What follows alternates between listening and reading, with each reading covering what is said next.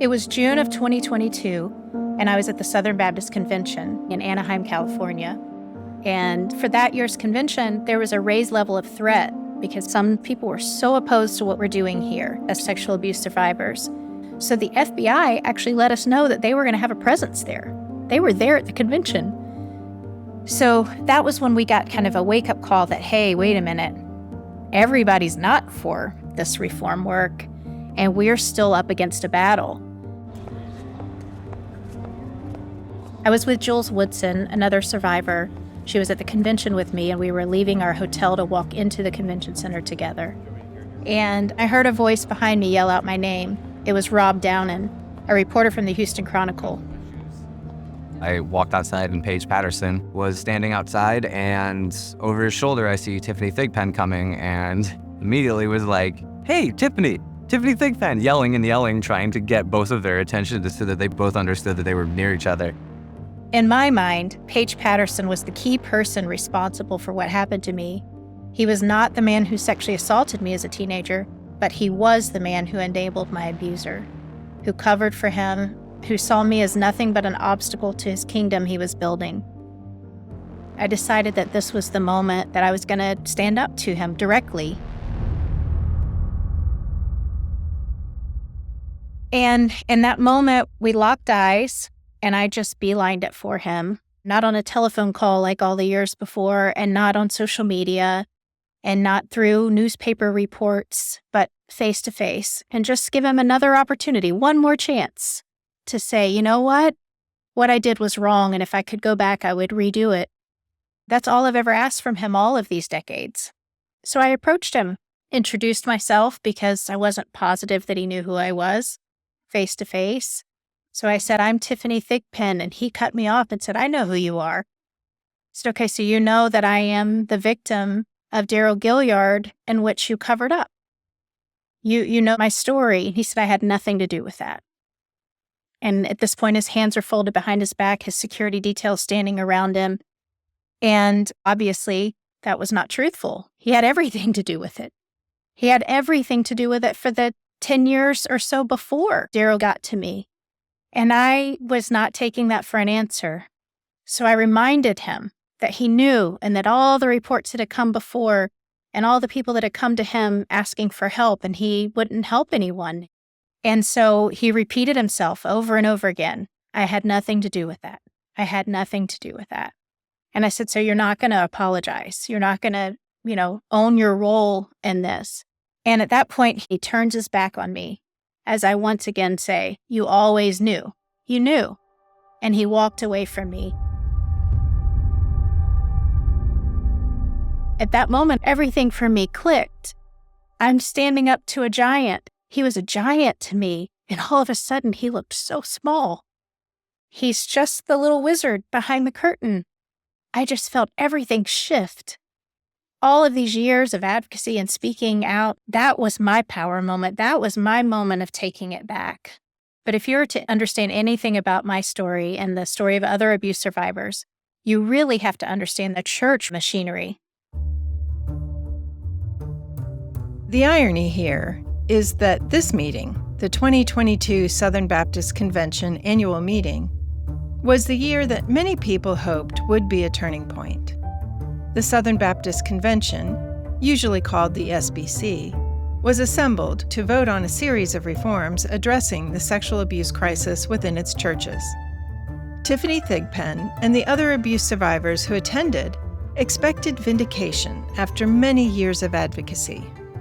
But the SBC machinery wasn't done with the curveballs. So many more damaging things were yet to come at this convention and in the years that followed. I'm Carolyn McCulley, and this is the Silenced Truth Podcast. It is a series that examines the costs survivors pay for their disclosure of sexual abuse and the price faith-based groups are willing to pay to protect their institutions instead of confronting their predators.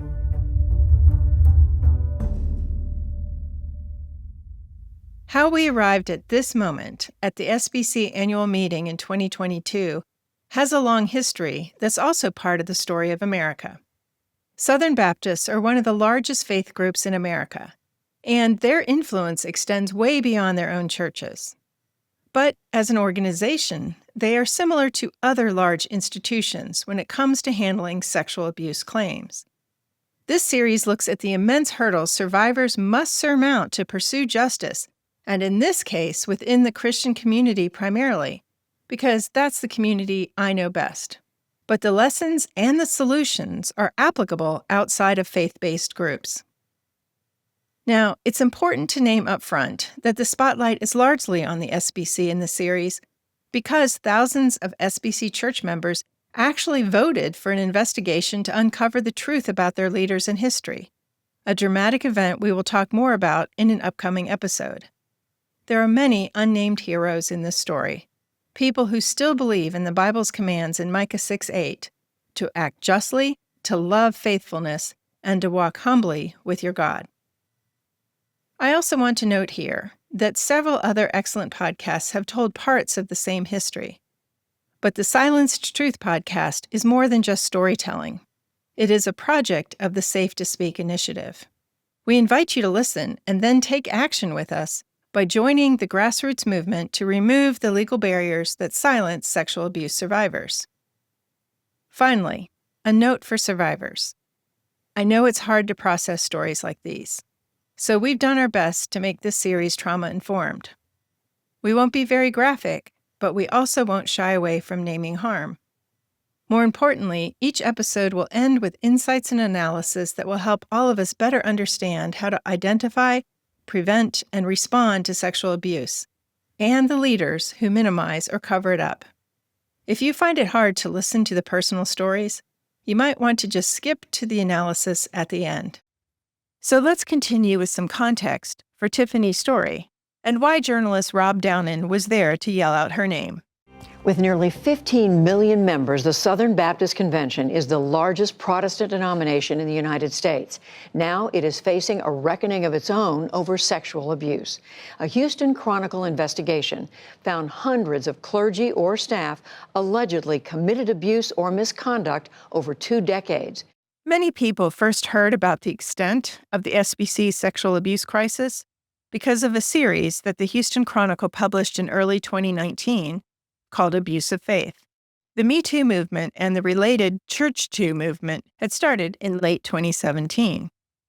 But as journalist Rob Downen explains, the Houston Chronicle's investigation was rooted in events within the SBC itself that went back decades, to a movement that began in the 1970s when there was an intense struggle for control within the SBC. Its initiators called it the conservative resurgence, while its detractors labeled it the fundamentalist takeover. But no matter what you call it, Paige Patterson and Paul Pressler were its storied leaders. I was 26 years old and working at the Houston Chronicle and stumbled across this lawsuit against Paul Pressler, this famous and influential Southern Baptist figure, accusing him of sexual abuse and accusing other SBC leaders in top churches of conspiring to conceal those cases. But basically the crux of the lawsuit was that this man named Dwayne Rollins had said that he had been repeatedly sexually abused, molested by Pressler starting at 14 for years. The other claims in the lawsuit that Dwayne was making was that Pressler's behavior was allegedly, enabled by high-ranking SBC officials, including Paige Patterson, as well as some major SBC churches in the area, namely Houston's First and Second Baptist. That lawsuit in 2018 kind of begged the question about how widespread this could possibly be. And then within a few months, we saw a handful of other scandals involving top leaders, including Paige Patterson. So that kind of just piqued our interest. And by June 2018, we had a team of veteran investigative reporters and data folks and photojournalists working on this full time. And that eventually became Abuse of Faith, which was a multi-part series that showed how widespread this was and the way in which the SBC's structure has enabled a lot of these guys to move and flourish and abuse, repent, and then abuse again. The paper also details church officials brushing aside repeated warnings of trouble. Some leaders who were convicted of sex crimes and officially listed as sex offenders were later able to return to the pulpit. One still works with teens in Houston today. So I always want to be very clear when we talk about our reporting that much of what we put out there, much of what we found and published had been out there, had been reported, had been discussed in some form or fashion by Southern Baptists for 20 plus years. We really, in many ways, not to discount our work, we really did just put all of it in one place. And I think that is a really important thing to understand about this broader problem. They'd faced warnings for years. But, as far as when people talk about abuse within the SBC, there is a lot of people who will start with our story. And I don't think that's fair because it leaves out all of the efforts of survivors for decades before us. Rob and his team picked a 20-year period to investigate, which included one critical SBC annual meeting that happened in Dallas all the way back in 2008.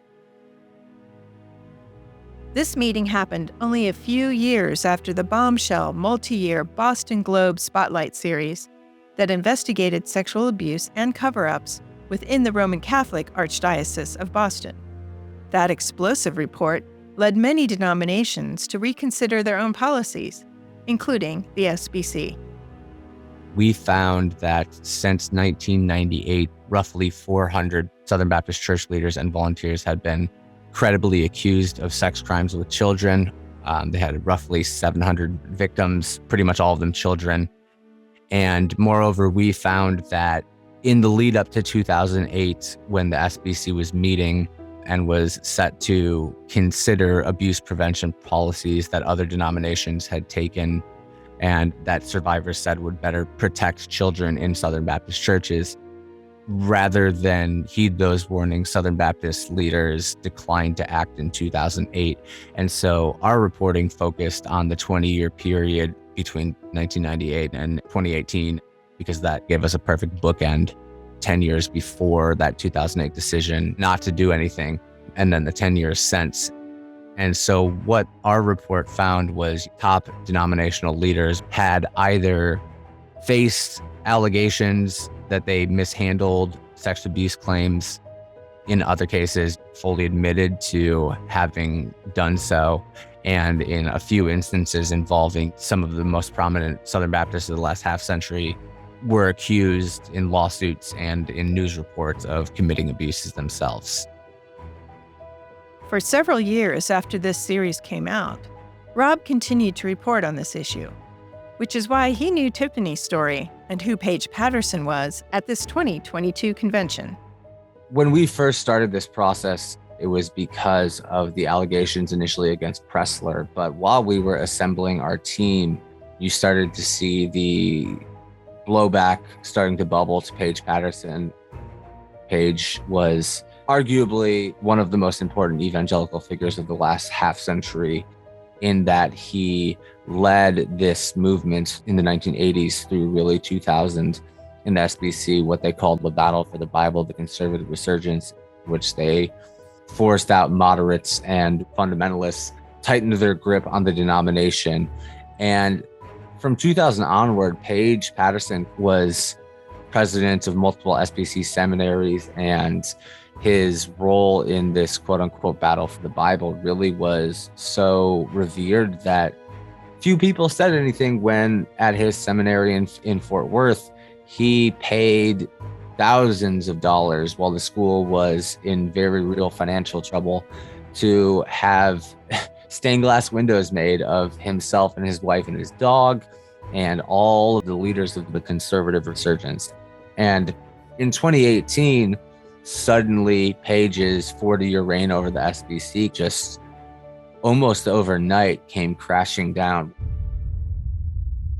Now to a developing story. A huge figure in the Southern Baptist circles fired over the way he handled a sexual abuse allegation. Matt Howerton live with details just coming into the newsroom. Matt? Yeah, is the unearthed comments made by Paige Patterson in 2000 took many of his followers by surprise this month, suggesting a woman turned to God for help in an abusive relationship instead of police. Tonight, Southwestern Theological Baptist Seminary fired Patterson due to how he handled a sexual abuse allegation at another seminary in North Carolina in 2003. At that time, according to the Washington Post, a female student says she was allegedly encouraged by Patterson to not report the assault and instead forgive her assailant. Patterson was the president of that seminary at the time. The irony here was that Patterson's firing happened in May 2018, shortly before the SBC met once again in Dallas. 10 years after the convention declined to do anything about abuse reports back in 2008. But this time, leading Southern Baptist women were the ones who called for his resignation. Thousands had signed an open letter calling for Patterson to be removed as president of Southwestern Baptist Theological Seminary due to what they claimed was his, quote, unbiblical view of authority, womanhood, and sexuality, unquote. In full disclosure, I should point out that I was one of the women who signed. My church at the time didn't consider itself Baptist or even part of the Southern Baptist Convention, but because it had cooperated with some regional SBC church planting efforts, it was listed in the SBC directory, much to my surprise, and I was therefore qualified to sign the statement. We'll get to my story later in the series. But Patterson stood by his words, telling the Washington Post that he couldn't, quote, apologize for what I didn't do wrong, unquote. One of the contributing reasons to Patterson's firing was something that he said at a conference way back in 2000. Here is the recording. I just give you one brief example of it. I had a woman who was in a church that I served, and she was being subject to some abuse, and I told her, I said, all right, what I want you to do is every evening I want you to get down by your bed just as he goes to sleep. Get down by the bed, and when you think he's just about asleep, you just pray and ask God to intervene. Not out loud, quietly, but I said, you just pray there. And I said, get ready because he may get a little more violent, when he discovers this. And sure enough, he did. She came to church one morning with both eyes black. And she was angry at me and at God and the world, for that matter. And she said, I hope you're happy. And I said, yes, ma'am, I am. And I said, I'm sorry about that, but I'm very happy. And what she didn't know when we sat down in church that morning was that her husband had come in and was standing at the back, the first time he ever came. And when I gave the invitation that morning, he was the first one down by the pond. And his heart was broken. He said, my wife's praying for me, and I can't believe what I did to her. And he said, do you think God could forgive somebody like me? And he's a great husband today. And, it all came about because she sought God on a regular basis. And remember, when nobody else can help, God can. And in the meantime, you have to do what you can at home to be submissive in every way that you can and to elevate him. Now, obviously, if he's doing that kind of thing, he's got some very deep spiritual problems in his life.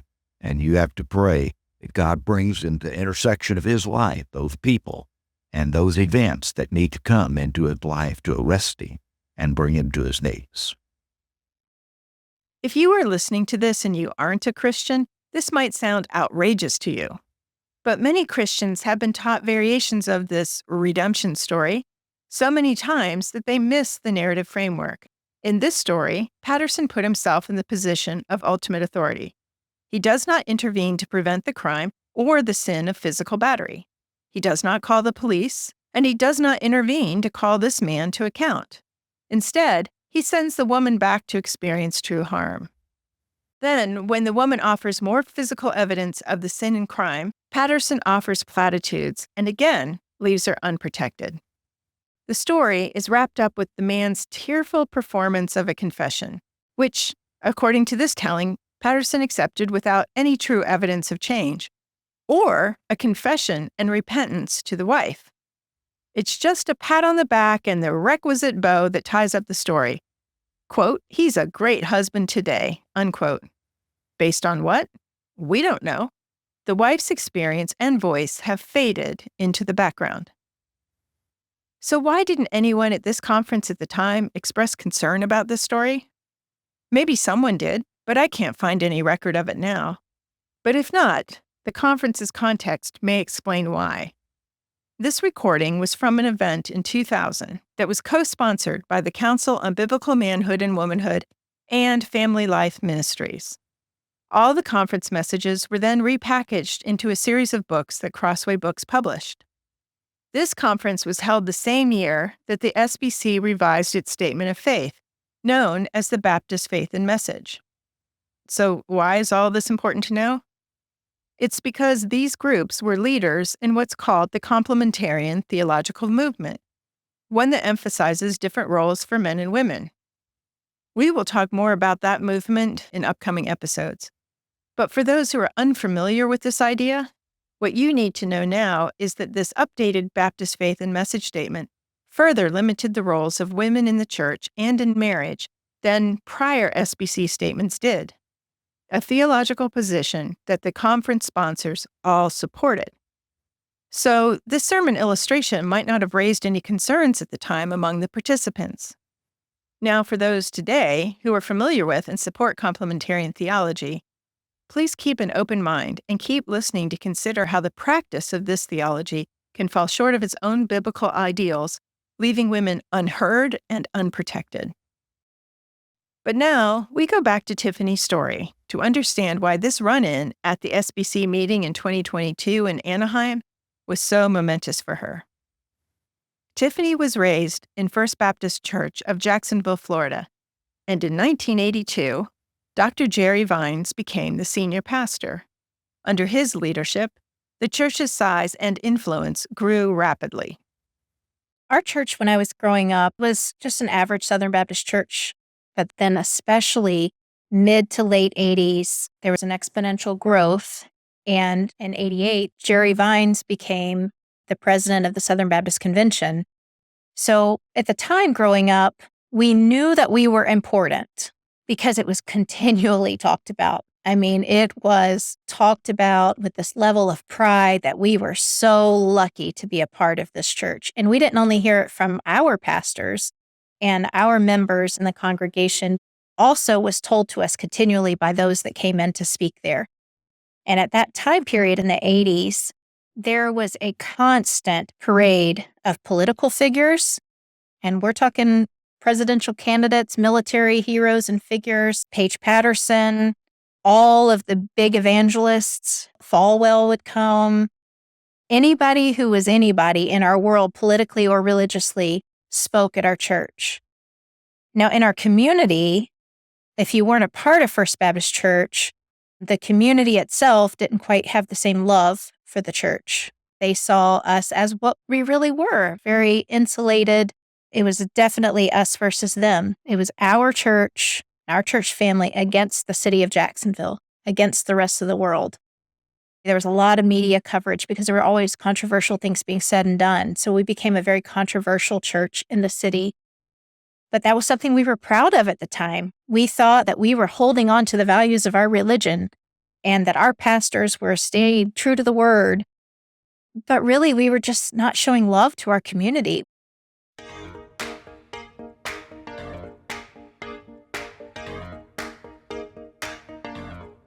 Tiffany was a teenager and active in the youth group when a young preacher within their church started attracting attention.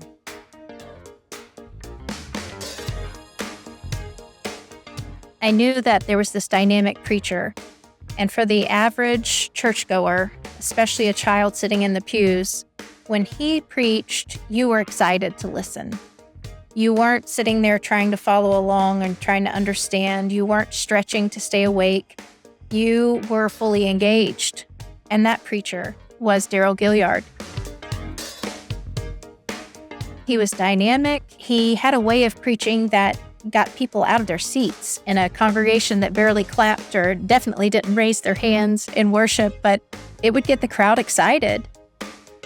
And then for a number of years, Daryl Gilliard wasn't a part of our church because he was away at seminary, and that was orchestrated through Dr. Vines and Paige Patterson to get his seminary education and to get ordained and to move on into further ministry.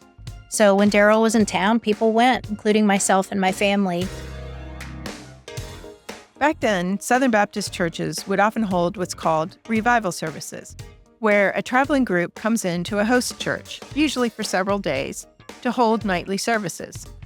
The preacher on those revival tours is often called an evangelist, a speaker who is supposed to be good at connecting with his audiences, but is not part of the day-to-day pastoring duties of caring for specific church members.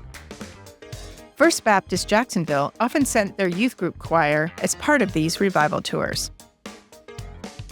When we found out that Gilliard was going to be invited to travel with our youth group was excited. He was fun to be around. He was a funny man. So as youth, we were excited about this person that was going to become our evangelist on our tours.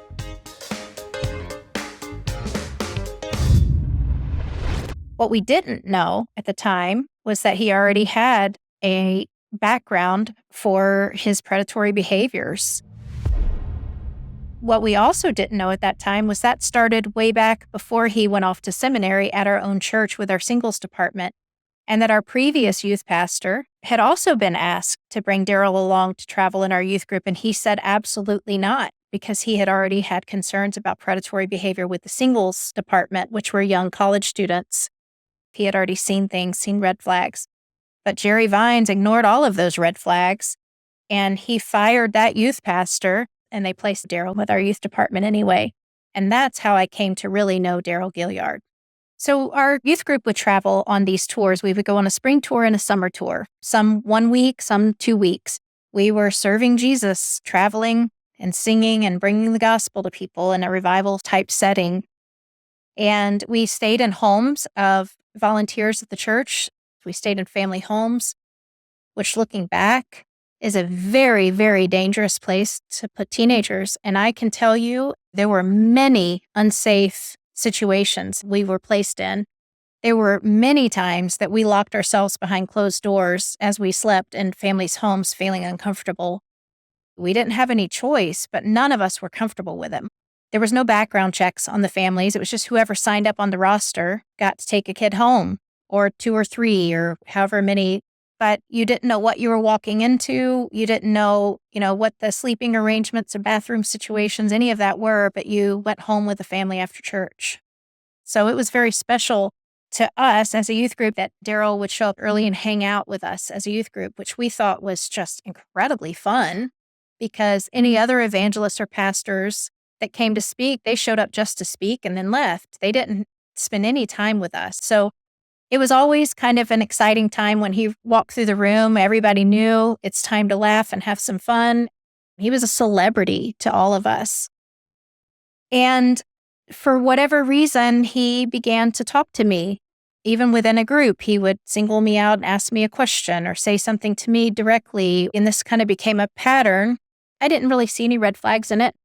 No one else did at the time either. But at the end of one of the gatherings, he said that he realized that I knew somebody that was a mutual friend, and it was one of my friends from school, and her fiance was on staff at his church. And she was very, very young. We were senior year of high school. She was already getting engaged and had a plan set out for her to go into ministry. And her fiance, who I had also known for many years as her boyfriend, was on staff at Daryl Gilliard's church in Texas. So at the time, I was in Jacksonville, Florida. Daryl's ministry, his church that he pastored, was in Texas, and his evangelism took place from there, from that platform. When Daryl highlighted the mutual friends and said, "You'll have to come out with her sometime to Texas," talking about my friend. And I was like, sure, maybe, you never know, kind of thing. And he kind of built that conversation into, we should keep in touch because you'll probably come out sometime. That's how it started. Looking back, obviously, as a teenage girl, it seemed innocent. But as an adult woman, you're thinking, no, he shouldn't have been talking to you that way. So by the end of that week's tour, for whatever reason, and I don't know why I agreed to it, but he had asked for my phone number. He asked directly for a way to contact me at home. And at that time, we didn't have cell phones. There was no secrecy behind it. He would have to call my home where my parents would be. So it was an innocent kind of exchange. And that's how it all began. That's where the grooming began. What I didn't foreshadow is that he very much had a plan. He also had a pattern, which I would find out later. He would find young girls in youth groups across the country. He would reach out to the one that he picked. He would get their information and he would keep in touch with them. So this was not something uncommon for him to do. And so that began a grooming relationship in which anytime I would raise a red flag with him or say, that's kind of inappropriate, you shouldn't say something like that, or that feels uncomfortable, And I did do those things. I said all of those things because there were many, many things that he said that didn't feel right.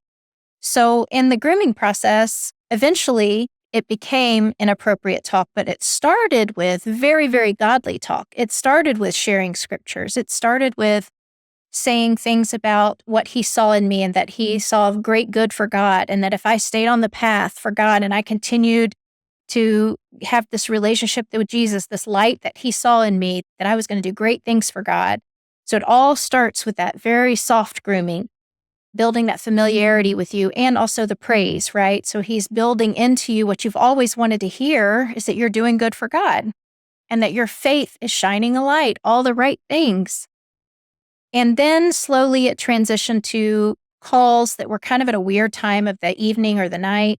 He's driving home from church. He's been at the church office working, and now he's on his way home to his family. And I loved hearing about his family. He would tell me about his young children at the time, and I had seen pictures of them and stuff, which again, way too close, way too familiar. And then one night it crossed the line. Well, I've pulled up to my house. I'm going to go get in bed with my wife. And it was just that little too much information, right? And I would say, I don't want to hear about you and your wife. And he'd go, well, what would you like to hear about? Just small, little, tiny things. No big red flags, nothing anybody would report. But that grew over time to conversations that were more intimate about him and his wife and how he would think about me while he was there. And I would tell him, that is so inappropriate. I don't want to hear about this. And he'd laugh as if it was just a joke, and he'd start taking it back. And he would make it seem as if it was my mind that was in the gutter, that I would think he would mean something like that. He would always turn it. And that became such a pattern that I began to get so confused about what I heard. And I began thinking I was the problem. I really believed that something wasn't right with me. As I've talked to survivors, I've heard this story on repeat. Abusers nearly always start by pushing the boundaries, testing what they can get away with, finding out who will object. It will start with small violations and build from there. The goal is to get their victims to stop trusting their own judgment and senses, to discount their gut reactions that something is off, unsafe, wrong. Often, abusers are also grooming entire communities, creating a reputation for themselves as just amazing people within that community.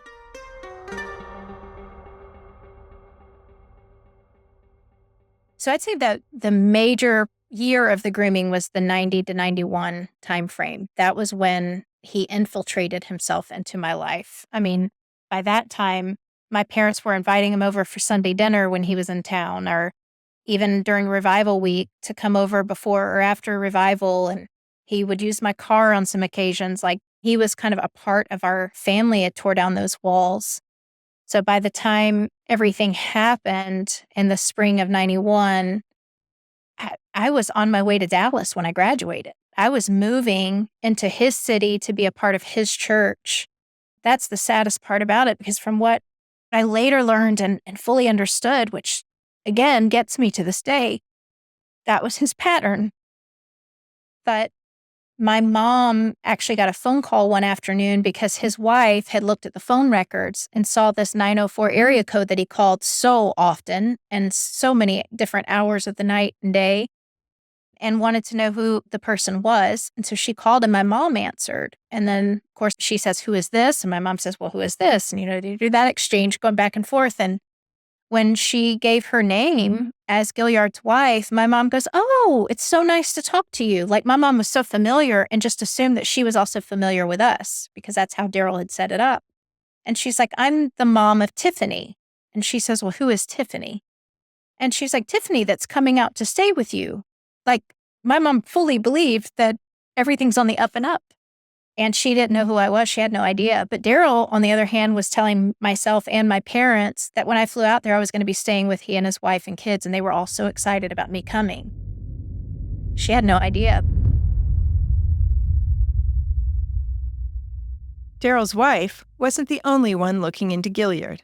In fact, there were accusations going back to 1985 when Gilliard left Jacksonville to study on a scholarship that Jerry Vines secured for him at Criswell College, where Paige Patterson was the president. The Dallas Morning News reported claims by one woman that she told Patterson in 1985 that Gilliard tried to rape her.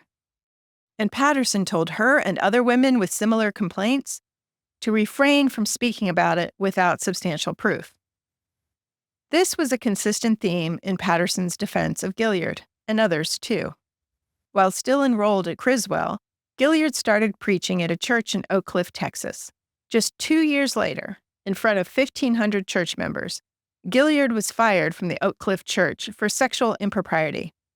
In response, Patterson wrote a letter to the man who was a senior pastor then to share his dismay about what happened. He wrote, quote, "At the same time, I must share my disappointment at the handling of the Gilliard case. You were, at least partially, aware of my love for Gilliard. If there were a problem, why was I not called?" Unquote. Then he added, quote, "Please do not construe this letter as a total denial of guilt in Darrell. Without a doubt, he was guilty of some immature behavior and of too much jocularity and foolishness for that context." Unquote. But then he offered this assessment, quote, "Finally, I wish to go on record stating my belief that Darrell is not guilty of sexual impropriety, nor is he morally culpable." Unquote. He concluded with an appeal, quote, "It is my desire to work now to rehabilitate the gifted young preacher, helping him learn from his mistakes and recover from his sorrow and humiliation." What were these mistakes, this immature behavior?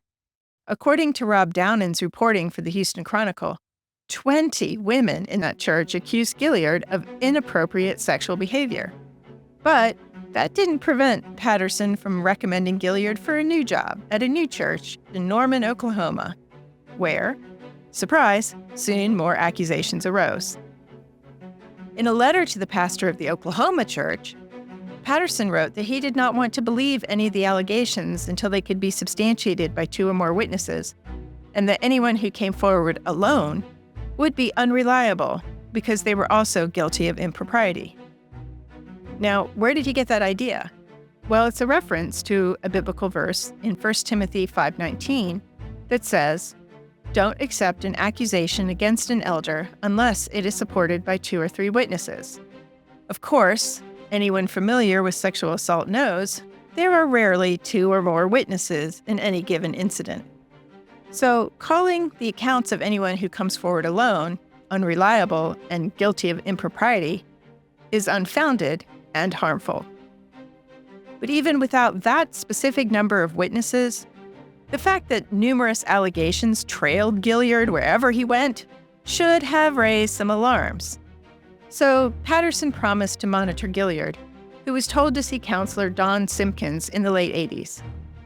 During a meeting with 8 accusers, Gilliard and Patterson, Simpkins said Patterson focused on the women's past and frightened them out of pressing charges. The counselor called the situation a dog and pony show, saying Patterson stopped taking his calls after Simpkins told him Gilliard needed to be removed from ministry. In 1988, Gilliard returned to North Texas, where more accusations arose in those churches. But these allegations did not dim Gilliard's rising star.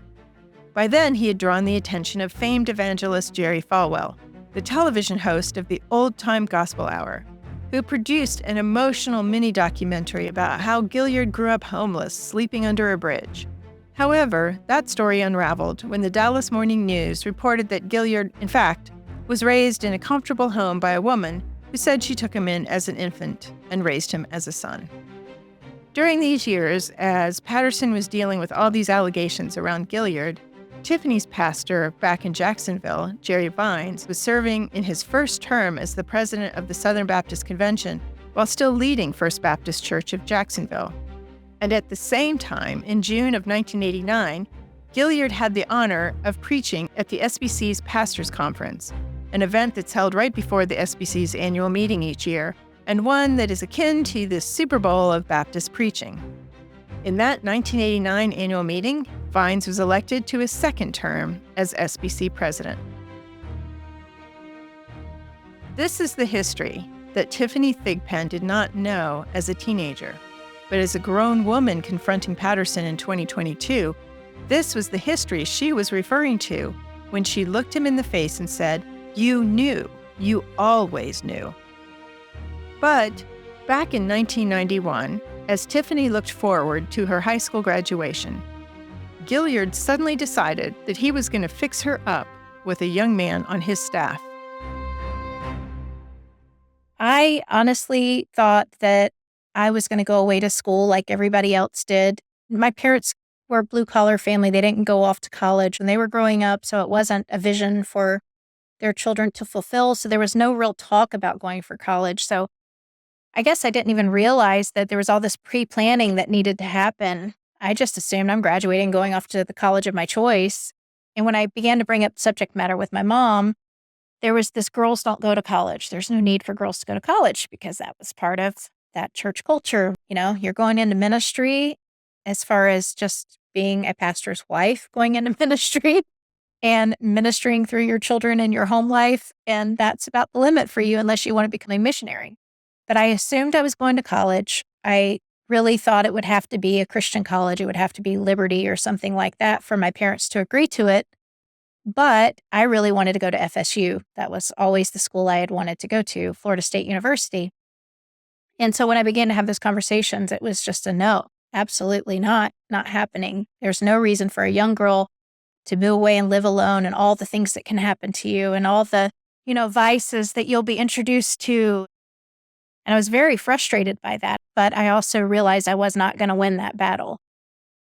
However, Daryl was offering an opportunity, which was for me to move to Texas and work at his church and live on my own and have independence. And my good friend from high school was getting married and she was going to be moving to Texas as well. And it would be this grand thing. We'll both work on staff at the church. So she and I were planning for that. And Daryl was, of course, feeding into it. And before this part of the story, Daryl had introduced an extra little road bump. He said, "I have a man that I want to set you up with." And so when he introduced this person, he was his music minister at his church. And Dean is still in ministry to this day and has a family of his own and everything. But it's a very big piece of my story into why things happened the way that they did. And it's a piece that for all of these years of advocacy, I've left out to protect him in the story, even though really he's kind of a hero in the story. But it also solidifies why things happened the way that they did. But in the most odd way, Daryl is controlling the entire thing. So he says, "I want you guys to have an old-fashioned romance kind of thing. Like, I don't want you to exchange photographs. I don't want you to see what each other looks like. I just want you to get to know each other, like write letters and things to each other." And we both agreed to it and did it. I mean, he was controlling the whole thing.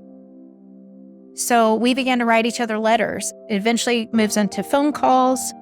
But right behind the phone call would be Daryl calling. What'd y'all talk about? What was said? What did y'all say? And I even have in my journals, about how silly it was that he had to call and find out everything, like it couldn't be hours. Why is he so invested in this? And as time moved forward, we get to my last weeks of high school, and Daryl is coming to Jacksonville for a revival at a church near my high school. And the revival was a week-long revival. And Daryl says, "I've had this fantastic idea. You guys have been writing all of this time, and I'm going to pay to fly him with me, and he's coming with me, and you can meet for the first time." And we were like, okay, we're game for meeting each other finally to see if there's actually even anything there. And so Daryl flies Dean in. Now, this is the week of the end of your senior year where everything's happening. Graduation, you have your banquet, because we didn't have prom. We had a church banquet and a school banquet, actually, for our seniors. And so all of these festivities are going on, and I'm honestly disconnected from them because all I can think about is this up-and-coming move to Texas, and my life's going to take off, right?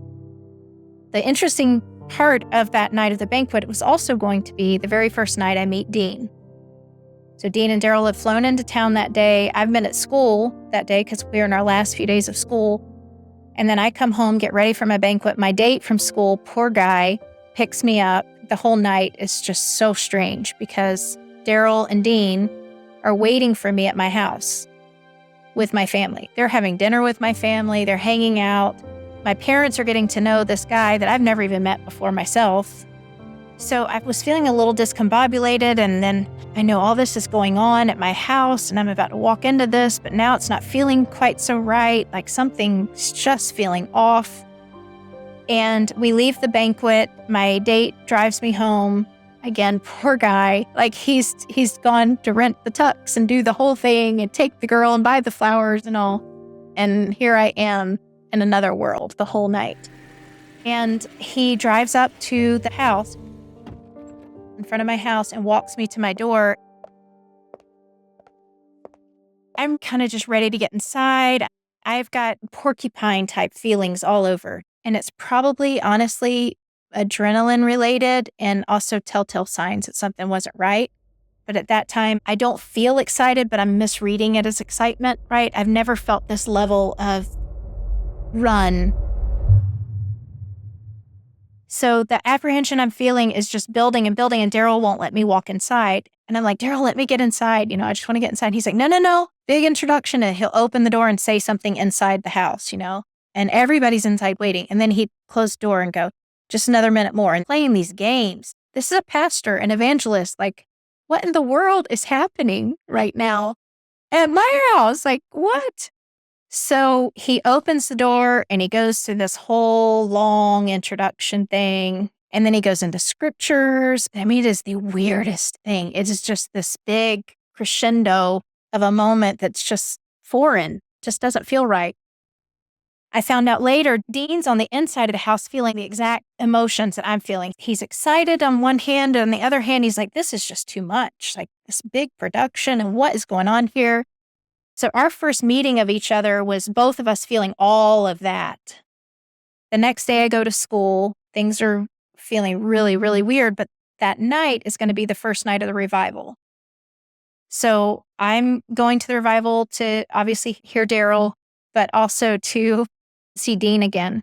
And I'm kind of excited about like sitting through a church service with him, right? Because that's part of dating, especially in that church world, is, what's it like to sit in the church service with this guy that you like or whatever. So I'm excited for it. But when I get there, I can't find Dean anywhere. I don't see him anywhere in the building. And then Daryl comes out at some point. This is before the service. And I say to him, where's Dean? Why isn't he here? And he's like, oh, I need to talk to you about that, but not right now. And I was like, no, tell me where he is. Is he coming? And he's like, I can't talk to you about it now. And he's very charismatic. So when he's saying this, like I can still hear it all in my head. He's, no, I'll tell you later. I need to talk to you after service. And I said, no, just tell me now. I'm not going to sit all the way through service wondering, is he coming in or not? Just yes or no. And he's like, I'm telling you, I really have to talk to you. There's some things you need to know. And I was like, about Dean or about me? And immediately I start thinking, Dean doesn't like me. He's rejecting me, right? And Daryl just doesn't know how to tell me.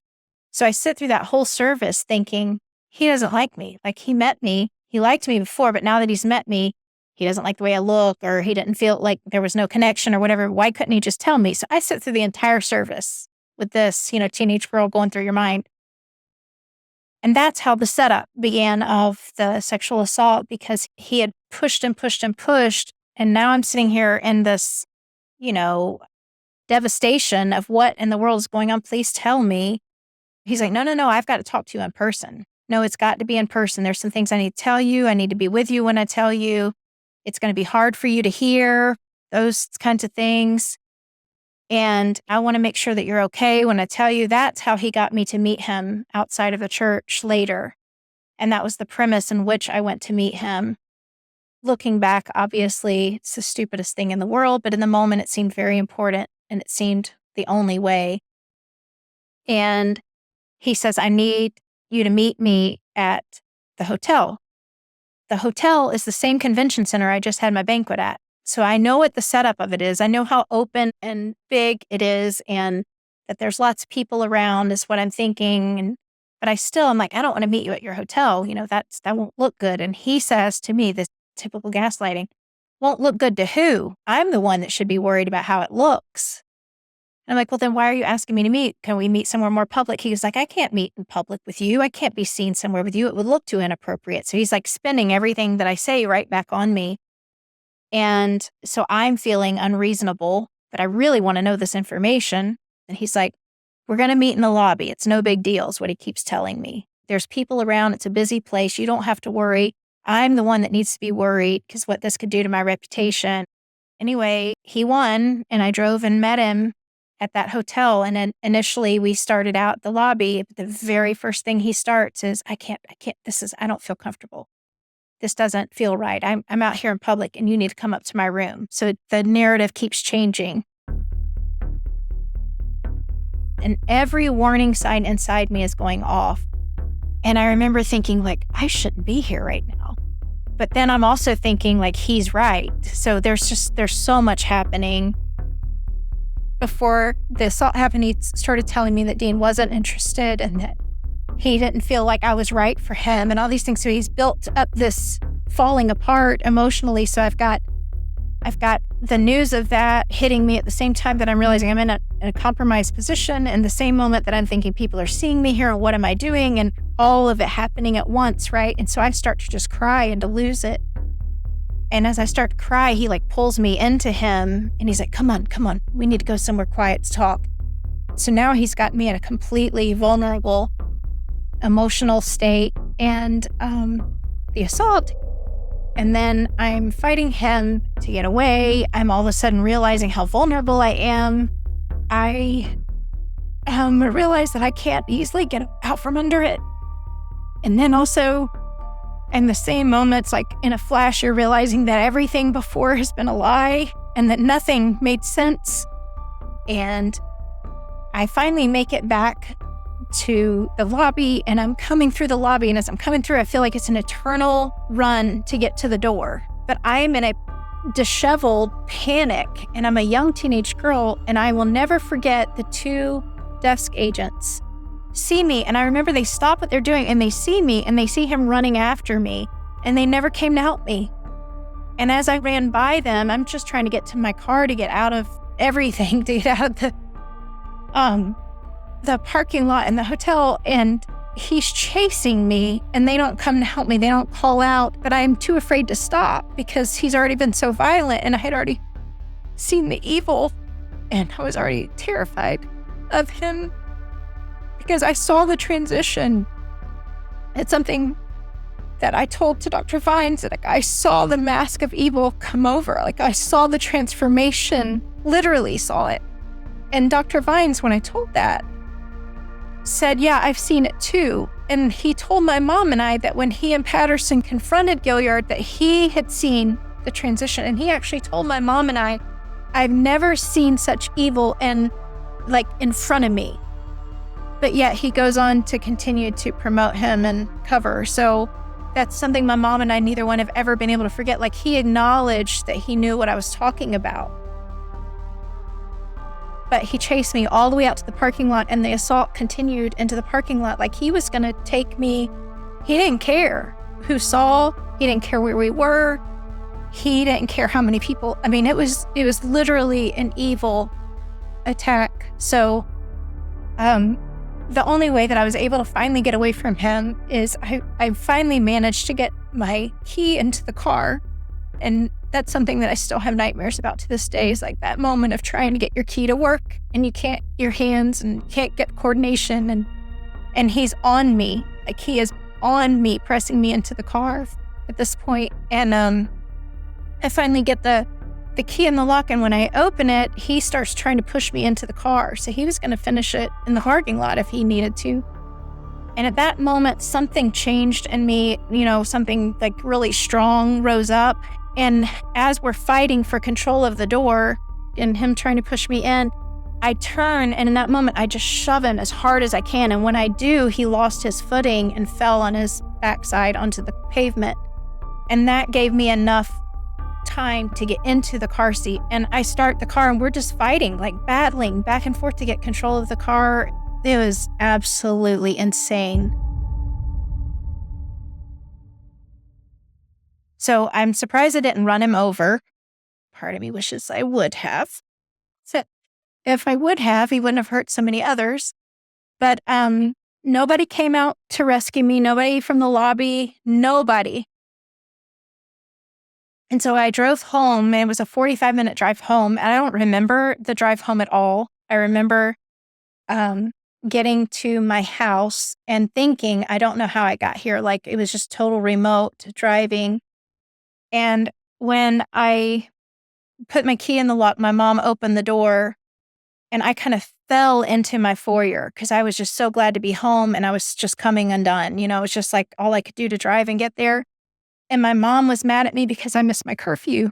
And she starts berating me for missing the curfew. And here I am, a teenage girl who's been out at a revival night and now been sexually assaulted, and I'm getting in trouble for a curfew. It's like, Daryl. All I kept saying is, Daryl, Daryl. And she's like, no.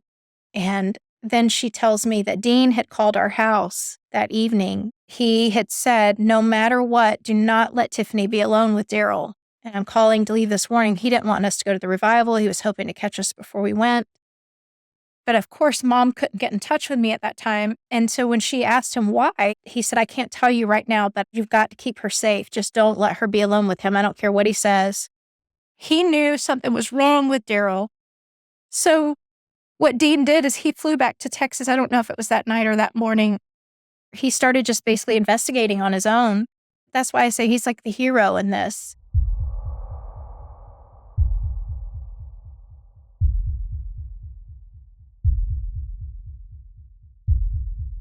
Only 2 months later, Paige Patterson stood in the pulpit of Victory Baptist Church in the suburbs of Dallas with some bad news for the congregation. For some time now, there have been rumors about misconduct on the part of your pastor. Daryl shared with me that the allegations of adultery, misconduct that were laid at his feet were indeed correct. But because Daryl has sinned against the church too, he needs to come before you. He has agreed with sorrowing spirit and heart to do exactly that. I want you to pray for him as he comes. It will be the toughest assignment that he has ever had in all of his life.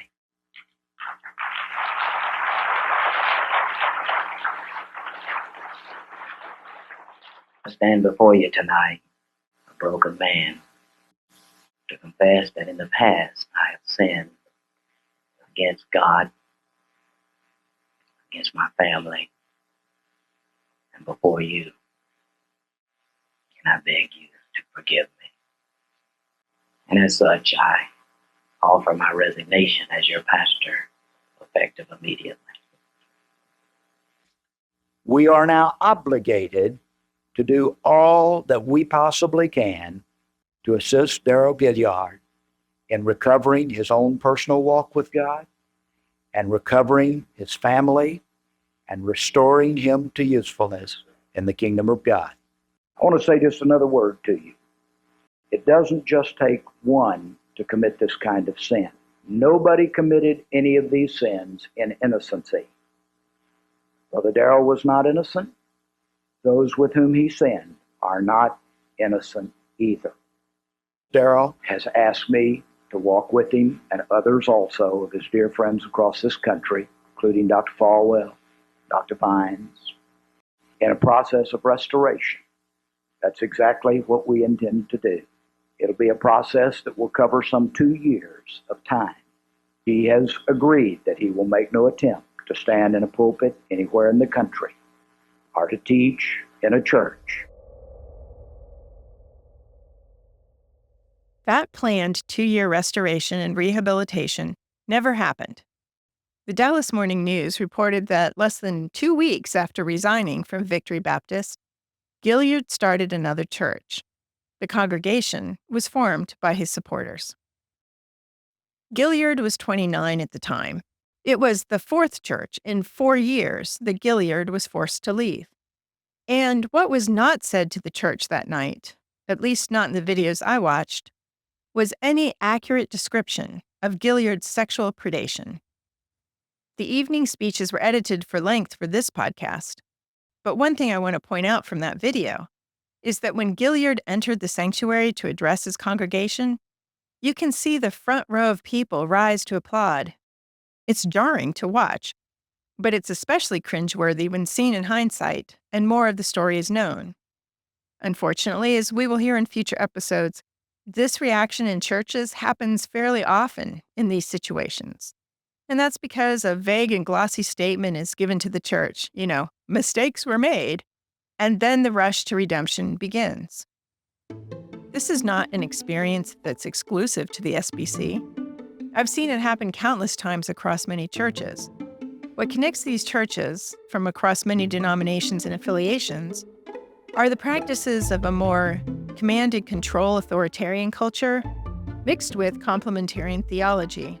We'll look at this further in future episodes, but these two practices together often lead to, 1, excluding the voices and perspectives of women to church leadership and in church leadership, and 2, protecting the institution, meaning the church or the denomination, and its reputation, instead of protecting the vulnerable in the community. One thing I didn't include was Patterson's advice to the congregation to avoid talking to the press, because, as he said, that silence would be the thing that would help Gilliard the most. But it took the Dallas Morning News to provide the grim details, which I quote here. A growing number of women in the church said their pastor had sexually abused them. One said he had sex with her in the pastor's study.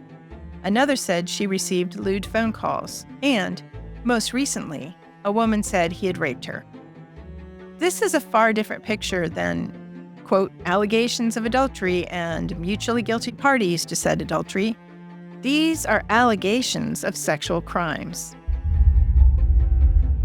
So, by 1993, Gilliard returned to Jacksonville, Florida to pastor Shiloh Baptist Church, which was not affiliated with the SBC. The Houston Chronicle reported that even there, Gilliard faced multiple civil suits, including one that was eventually settled from a grieving widow who alleged that she was raped and impregnated by Gilliard during counseling sessions. A paternity test later on confirmed that he was indeed the father of this woman's child. And in 2008, Gilliard was arrested and eventually sentenced to 3 years in prison. He pleaded guilty to fondling a teenage girl whose parents brought her to him for counseling, and to sending sexually explicit text messages to another minor girl.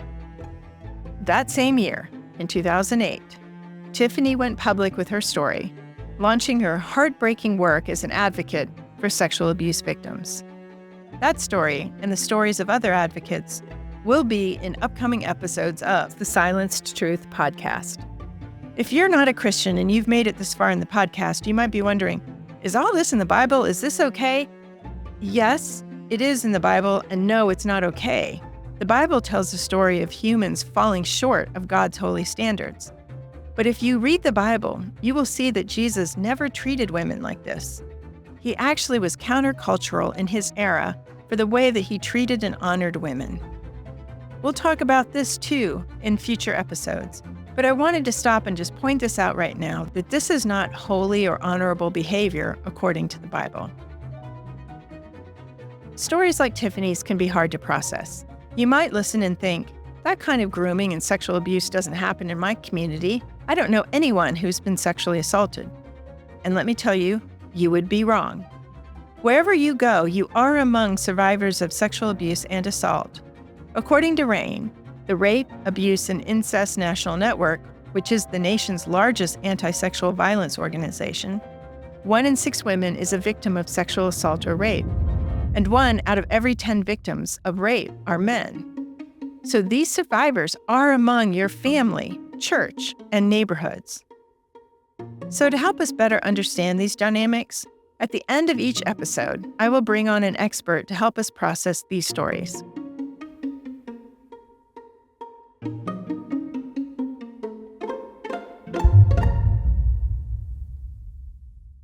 Deborah Bumbaugh is a trauma-trained psychotherapist who over the years has counseled numerous victims of sexual violence. I've asked her to join us on this first episode to help us have a clinical framework for this kind of experience. Deborah, thank you so much for joining us. You and I have been friends for years, so I know all of this, but let's start with a little of your background and your therapy credentials. Tell us about your experience and where you currently work. Thanks for having me, Carolyn. My name is Deborah Bumbaugh, and I'm a licensed therapist. I am the co-owner of Curo Consulting Group, a private practice that is located outside of Washington, D.C. and Falls Church, Virginia. We specialize in the treatment of trauma and the delivery of consultation services to businesses and organizations. So let's talk a little bit about Tiffany's experience and anchor some of your training and the thoughts that you want to share with us today in her story. As we know, every survivor's story is unique, and yet there are similar themes of grooming, shame, and fear in them. Another common thread is the amount of time it takes for survivors to come forward. So in this story, there's a big gap between when the assault happened to Tiffany in the 90s and when she went public. And that's really common, at least from what I've heard from other survivors. So let's talk about why there's often a gap between the time of abuse and when the survivors have the capacity to talk about it. Can you tell us a little bit about what's happening with the neurobiology of trauma, and especially young brains? Sure. Well, trauma is an injury. Trauma is an injury to the brain, and our brain is an organ. Injuries take time to heal. What happens in trauma is that our brain experiences something called fragmentation. And I want people to understand through the lens of neurobiology that when trauma happens, it creates fragmentation in our brain and our body, meaning that a separation occurs in order to help us actually survive unsurvivable situations. So parts get shut off, frozen, disconnected. A common example of fragmentation in trauma might be if you've ever been in a car accident or been with someone in a car accident, where right after this traumatic experience, someone says, I don't know what just happened. They tell bits and pieces of the story out of order. So kind of this disparate, separate, disconnected presentation, which is incredibly normal because your brain has actually helped you to survive a threatening, if not life-threatening experience. And so when we are with trauma survivors and we're experiencing them tell separated parts of a story that might not be coherent, it's incredibly normal because their brain was working hard to protect them and help them through these situations. And so trauma takes time to heal. This is normal with all injuries, and it's further compounded if trauma has also happened in a context in which they were in a developmental period, meaning they were children or young adults and their brain and body were still continuing to develop. Trauma can then cut off what should normally be happening during those developmental periods, further adding time to a person's life to be able to really make sense and make meaning out of their story. So injuries take time, developmental period can create further delays.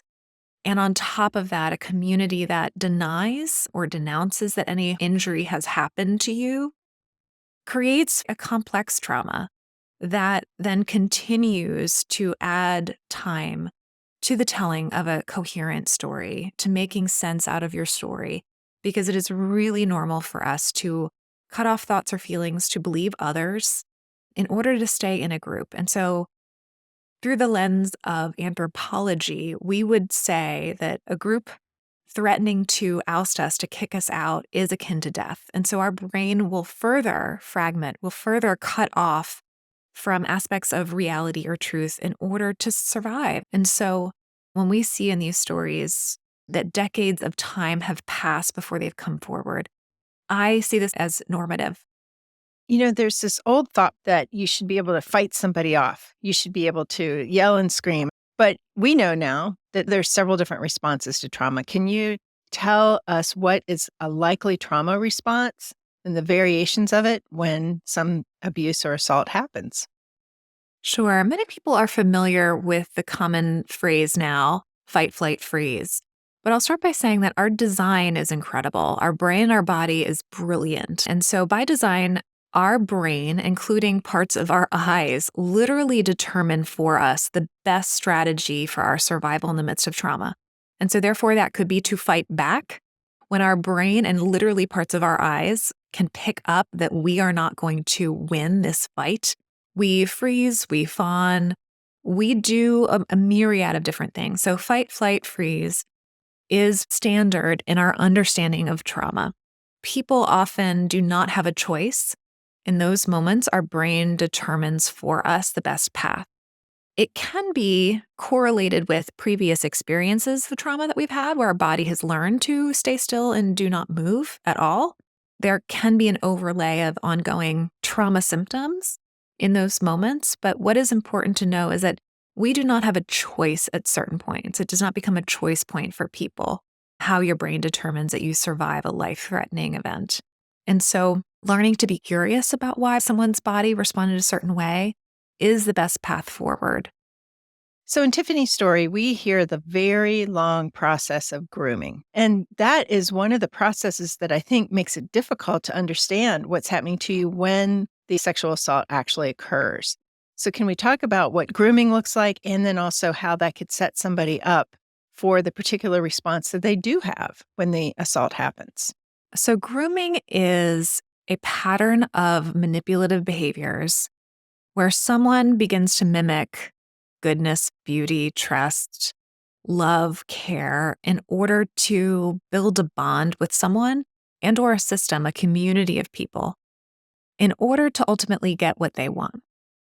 And we see this pattern in a lot of cases of abuse, individually and systemically, that there are people who are looking for long-term supply, people who are looking to access and gain power to consume another person's body, and they're doing that through the long game. And so therefore, when someone has systematically over time mimicked building a secure attachment with someone, it's really common that in patterns of grooming, we see someone, once trust has been built, begin to test boundaries. So what this looks like in communities is that slowly someone starts to cross lines, right? Starting to massage, make separate calls, buy bigger gifts. And if someone does speak out, if someone's able to voice kind of this discomfort or question it, it's quickly denied. And it's, nothing that is usually criminal yet. And so it's easily swept under the rug. It's easily dismissed. So we see that in systematic grooming, that there's a slow buildup, which is why for a victim, it can feel very complex because they have been mentally manipulated and coerced to the point that they're associating what is harm with good because this person has displayed good. And so when they have offered up so much goodness or pleasure of sorts by making a child or young adult or even older adult feel special, loved, seen, soothed, safe, secure, the things that we are designed for, when it mimics that goodness, it feels good and we want it. We want to maintain it. We want to keep it. And so when these complex moments happen of violation, they tend to get minimized. They tend to just be allowed to occur because we see someone in such a good light, or we're developmentally not even at the point where we understand really the degree of harm that is happening. This is also further complicated when we understand our biology, our arousal system, that our body has been designed that when certain body parts are touched, they are aroused. So it can feel very confusing for an individual to experience so much love and even pleasure that gets connected to pain. And this can impact a person's sexual and arousal template for the rest of their lives and get passed down generationally. Now, in my interviews with survivors throughout this podcast series, I let them determine what they want to share about the assault or the assaults. So you may have noticed that when Tiffany told her story, she gave us a lot of details going up to the assault and then whipped through just a very brief moment talking about the assault and then the recovery from it. And I didn't ask her to elaborate. I didn't think I needed to. But I also think that is emblematic of what's going on with the brain. Can you tell us a little bit about why assault survivors can respond this way, even in telling their story? Sure. Starting with culturally normative thoughts that I have, Tiffany may be choosing not to share explicit details because it's pretty normal for us to not want to share details around unwanted sexual encounters. It's also incredibly normal that through the lens of trauma and fragmentation, that your visual or detailed aspects of the memory get cut off, which again, our brain can do to protect us, to help us. To block out memories or visual aspects of memories is pretty normal in trauma processing. However, it is incredibly clear through the science that we have now that Your brain and your body still store memory, even if visual memory goes offline or aspects of recall are not available. So the symptoms are still significant. She still has absolute certainty of the trauma, but aspects of exact visual memory recall may not be available to tell. You mentioned other parts of the body remember the trauma. What do you mean by that? How would you describe it? A person's conscious presence is not required in order for trauma symptoms to land, meaning that a person can be not conscious and still experience trauma stored in their brain and in their body as memory. We call this implicit memory. Essentially, a person does not need to be coherent or conscious in order to have our body remember the trauma, in order for the trauma to land and have an impact in our body and our brains. And so we know that now through the lens of neuroscience. And we also have to understand that healing and proper medical treatment is required to help a person's full brain and body integrate, regardless of conscious memory.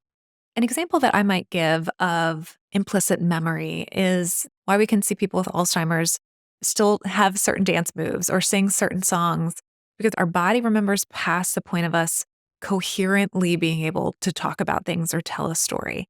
And so our body just kind of encodes, it captures what has happened to us. And those injuries show up in a way. We get triggered, we get activated, or we get deactivated in a way. So examples of this could be that someone could be touched in a similar place and they could have a panic attack. They could freeze and not feel. They could disassociate from those parts of their body, even though they might not have conscious memory recall about the event or what happened in that part of their body, as an example. If you're at all aware of how predators work, you can start to see these red flags pop up, and they're pretty common across survivor stories. Often when we hear people talk about this kind of pattern in churches, they will use phrases like, oh, somebody stumbled or they fell into sexual sin. Whereas I would say, no, there's a very intentional predatory aspect of this. And so let's talk about how the church sets up that concept and then what we need to understand about red flags and how we can close that gap for people in church communities. Yes, so let's start with DARVO. DARVO stands for deny, attack, reverse victim offender, which is a pattern that we see as normal in abuse cases and with predatory behavior. So we'll see a predator, we'll see someone who's been accused of crossing a boundary or of any kind of harmful behavior, deny that they've done it. How could you ever imagine that they would do something so horrible?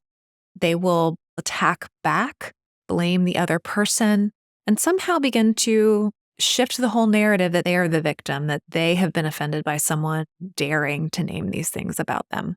So it's kind of a degree of gaslighting. It is a degree of mental manipulation that can happen to an individual, but also to a community.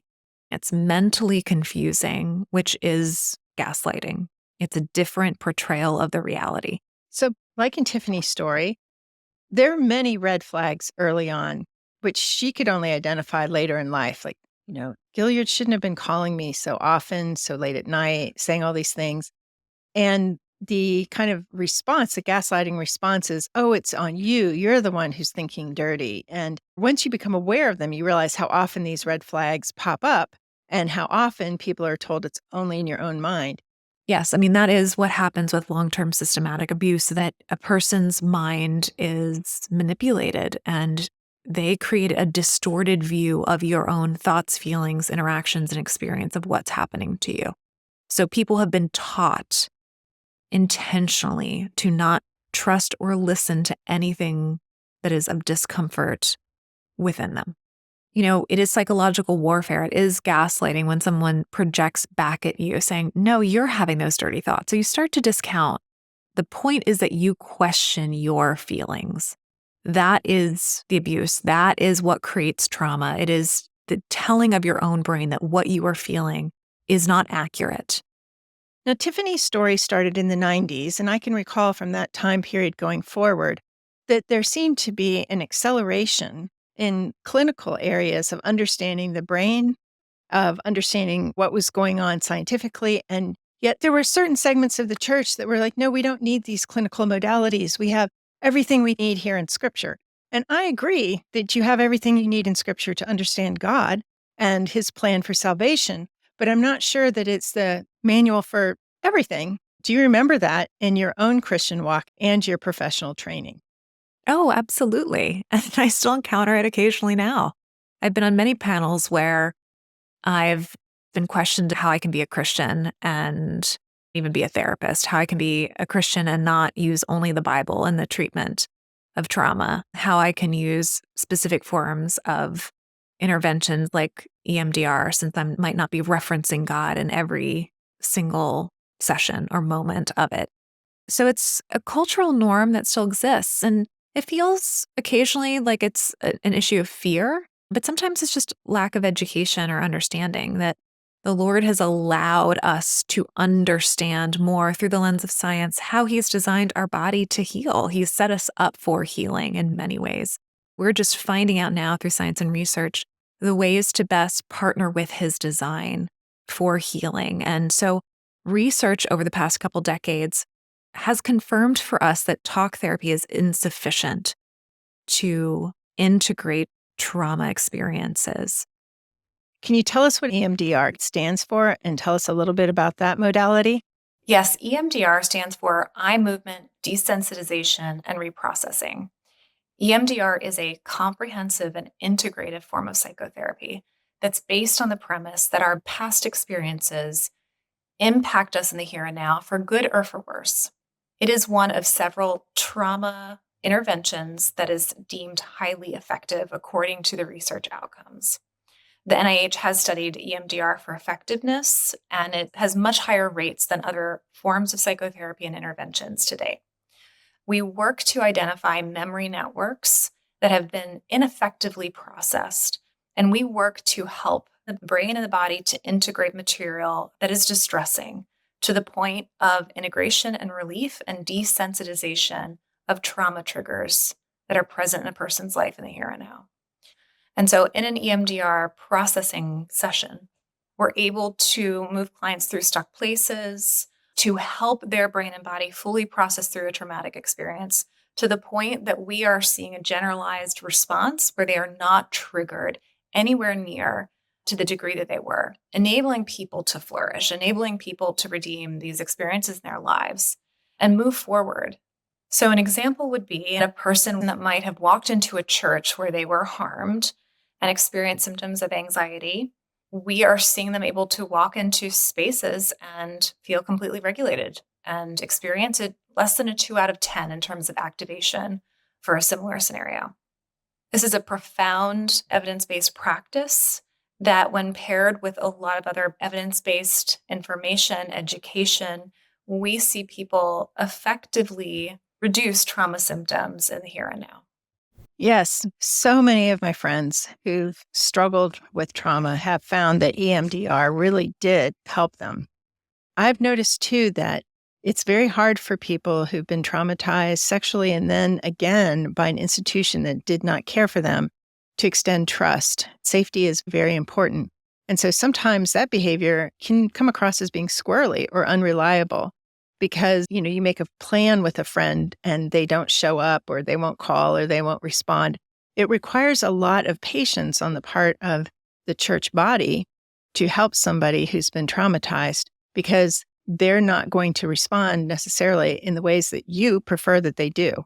Can you talk a little bit about what that sense of safety and trust is and how important that is in the healing work of trauma? Sure. When we look at statistics around harm to women and the report of sexual harm, all the research that we have to date confirms well over 95% accuracy in reporting. We should believe first. We should fully believe first when a woman has claimed sexual abuse or harm. And what I see in church systems is the desire to protect the system versus the individual. The desire to prevent full rupture, the desire to quickly move through pain and suffering. We all, I think, as humans, try to move through pain and suffering very quickly.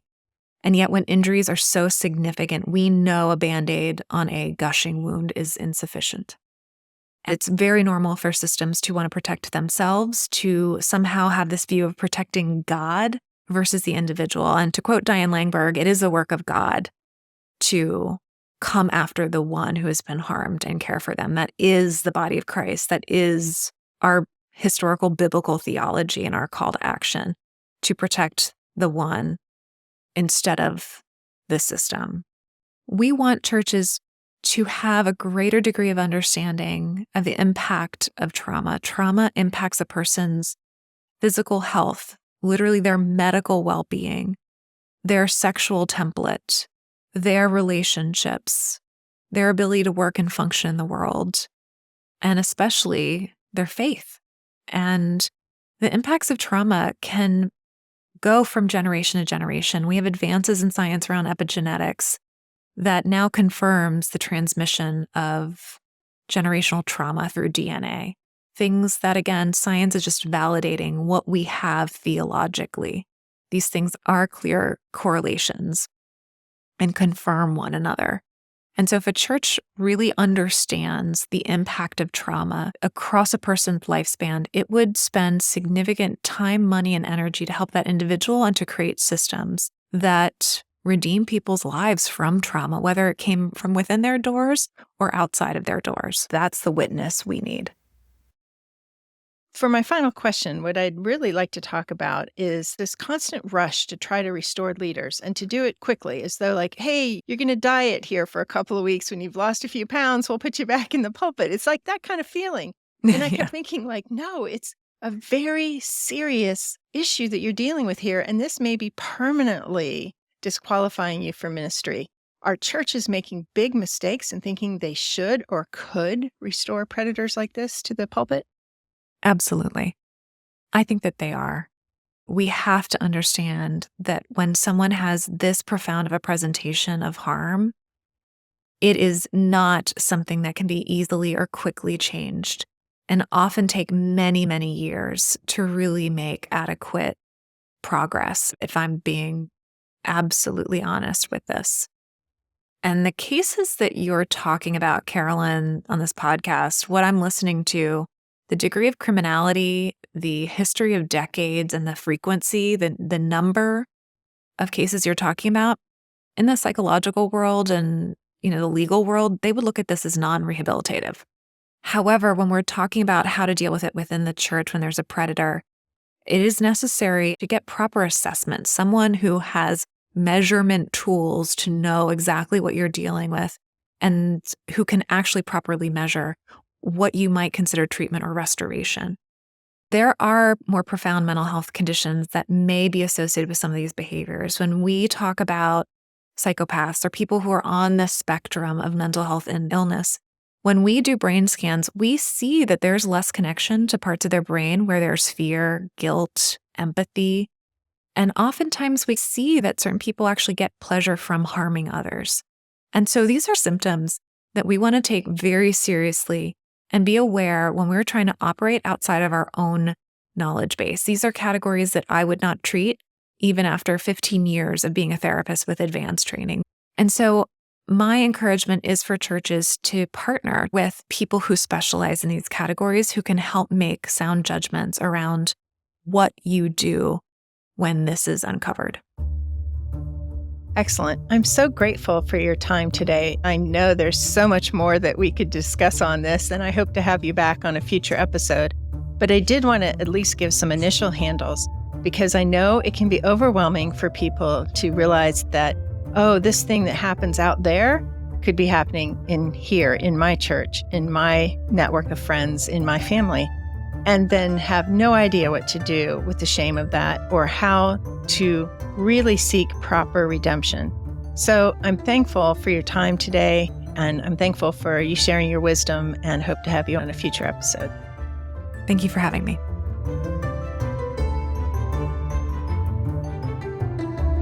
The Silenced Truth podcast is written and edited by me, Carolyn McCulley. Rachel Berglund is our executive producer. It is fiscally sponsored by the Southern Documentary Fund.